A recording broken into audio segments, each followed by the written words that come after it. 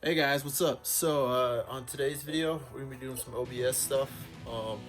This is specifically for power distribution fuse box setup. So, which I really recommend doing if you've got, you're running tons of accessories. You're gonna be putting the heated cooled seats in your truck. You're gonna be running aftermarket lights, air compressor. If you're running tons of bells and whistles on your truck, instead of having a bunch of wires all going to your terminals and you got wires going all across into the hood to get power, why not move a power distribution block into the cab? That's what I like to do.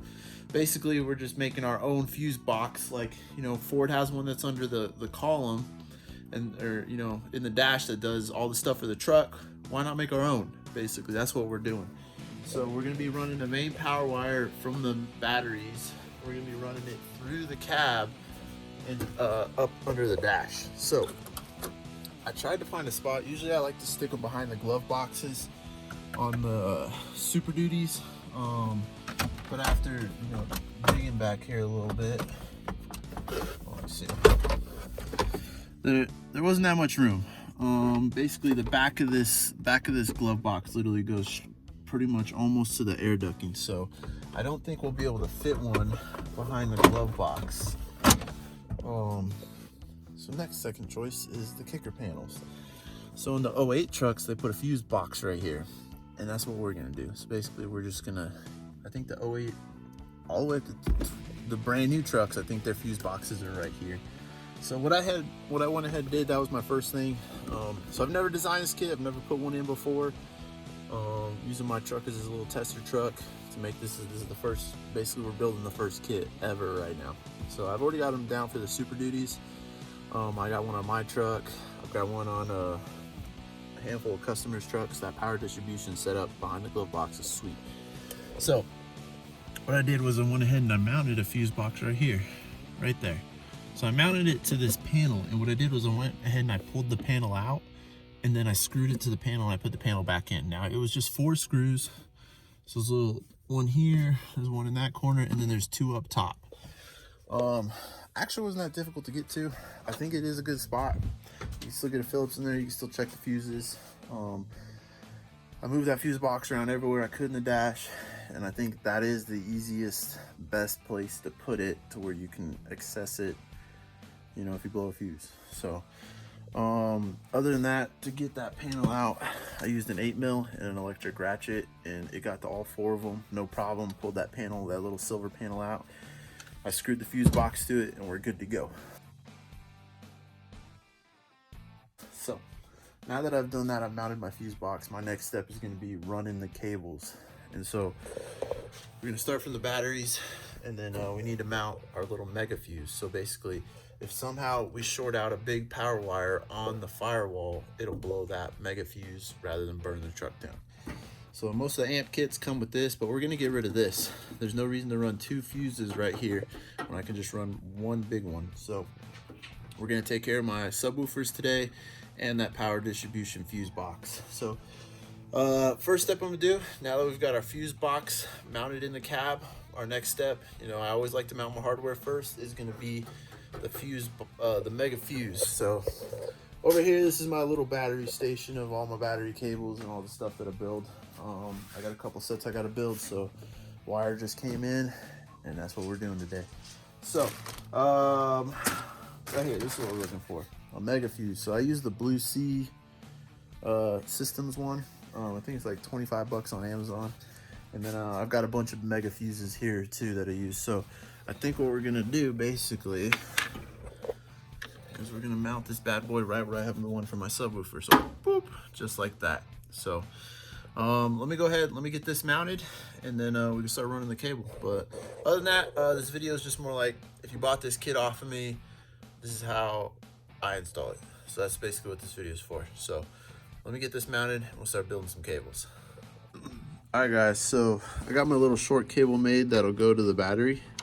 And then we got our fuse box mounted. I've got my subwoofer wire hooked up, and now this positive wire is gonna go to our fuse box. But, this is why I test fit things, because we got contact. So, that's why we check things, before I, just box them up and ship them out. So what I might do is I'm gonna take this and relocate it lower. It's basically past the folding point on this hinge, I think. So let me get that squared away and show you what it looks like. Yeah. Oh yeah. All right, guys, I got to figure it out. So I mounted it right there, and it clears the hinge. So we're good.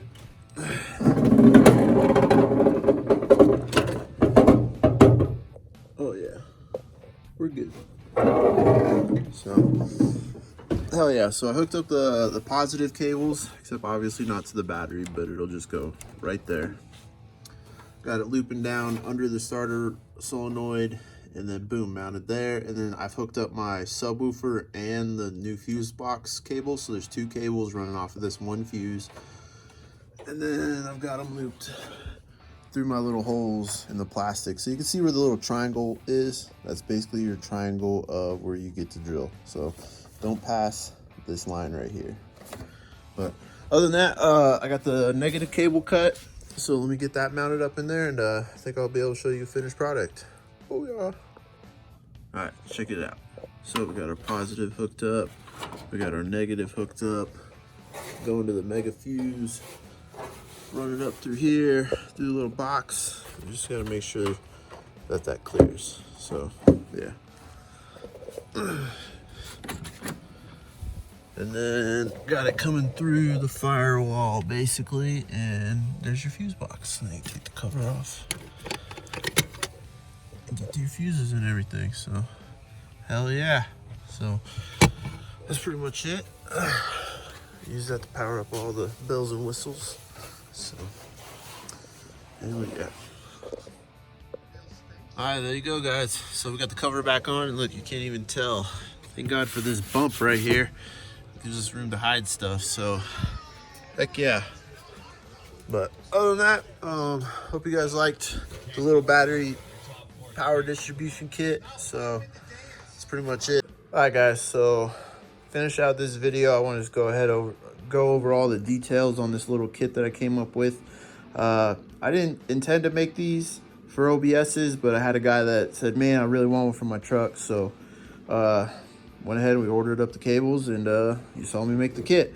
So this is pretty much what it'll all come with. You've got your negative cable coming over here to our fuse box that we've added in the cab. Then you got your other one coming from the battery to your mega fuse. Now this cable is a little thicker, so if you want to run your subwoofer to it, or you have another fuse box somewhere else, it should be able to handle the current.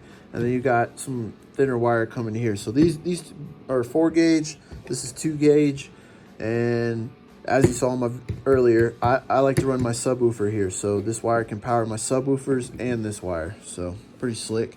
Now I do use Blue Sea stuff. This stuff's pretty sweet. So I think this little setup right here is 25 bucks. There's 20 bucks for the holder, and then 5 bucks for the fuse. And then this fuse box, I think, was around 60 bucks. And then I'll also include the screws so you can mount this stuff. So, and then also, if you already have some of these parts and you need me just to build the cables, I'll build the cables too. So this whole kit, I think, is 200 bucks. And then those 2 parts cost me, I think, about $90. So if we take 90 off of 200, I'll build you the cables for 110. Pretty simple. So, yeah, other than that, I do build a setup for the OBSs. I mean, the Super Duties. So I do make kits for Super Duties and OBSs. The only difference between those kits is the length of wires, and then the Super Duty ones do need a grommet to go through the metal firewall. And then the other difference is I use a bigger fuse box on the Super Duty. I went with a smaller one on the OBS because if you saw in that kicker panel, it's a pretty tight spot.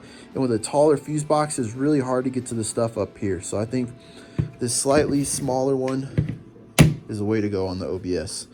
And then I do build battery cables too. I build all kinds of cable stuff. I can make anything in any kind of colors you would like. I really like this red and blue. But I can do them in solid red or solid black. I can do them in yellow, green, whatever you want. And then I found this high temp loom. I'm gonna start including this on my battery cable kits. It's for where it comes right next to the header. Ford uses this stuff, but I was able to find a supplier for it, so I ordered a bunch of it so we can use some fresh aluminum instead of reusing what was on your cables before. So other than that, guys, pretty much concludes the whole video. I make tons of cables. They're fun to make. But yeah, this is pretty much your whole kit for an OBS. $200, easy peasy, lemon squeezy.